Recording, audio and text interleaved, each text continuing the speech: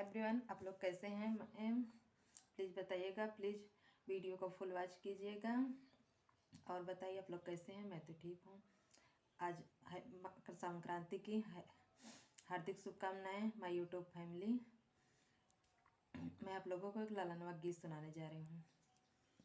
अम्मा की डरिया पे बोलेला कोयलिया, अरे बोलेला कोयलिया, अरे पाताऊ पे बोलेला सुगन रे लालनवा, अरे पाताऊ पे बोलेला सुगन रे लालनवा। अम्मा की डरिया पे बोलेला कोयलिया, अरे बोलेला कोयलिया, अरे पाताऊ पे बोलेला सुगन रे लालनवा, अरे पाताऊ पे बोलेला सुगन रे लालनवा। चौके पे बैठे हैं दूल्हे कावन रामा, दूल्हे कावन रामा। देती हूँ न दादी अपन आशीर्वाद रे लालनवा, अरे देती हूँ हो दादी अपन आशीर्वाद रे लालनवा।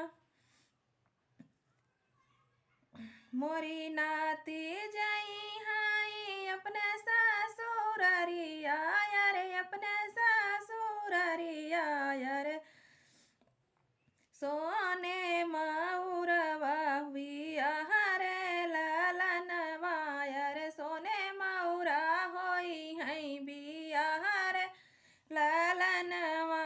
अम्मा की डरिया पे बोलेला कोयलिया, अरे बोलेला कोयलिया, अरे पाताऊ पे बोलेला सुगन रे लालनवा, अरे पाताऊ पे बोलेला सुगन रे लालनवा।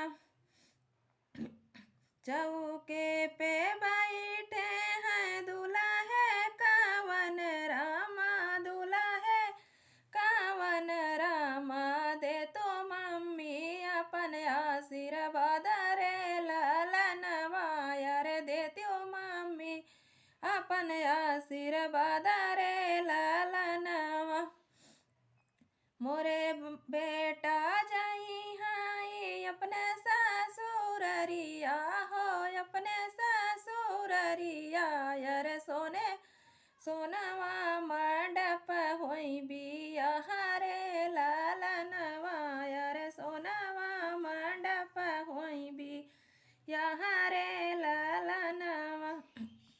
अम्मा की डरिया पे बोलेला कोयलिया, अरे बोलेला कोयलिया, अरे पाताऊ पे बोलेला सुगन रे लालनवा, अरे पाताऊ पे बोलेला सुगन रे लालनवा।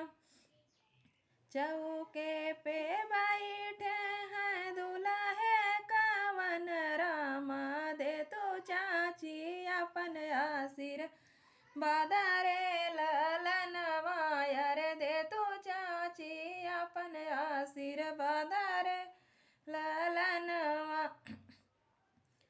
मोरे बेटा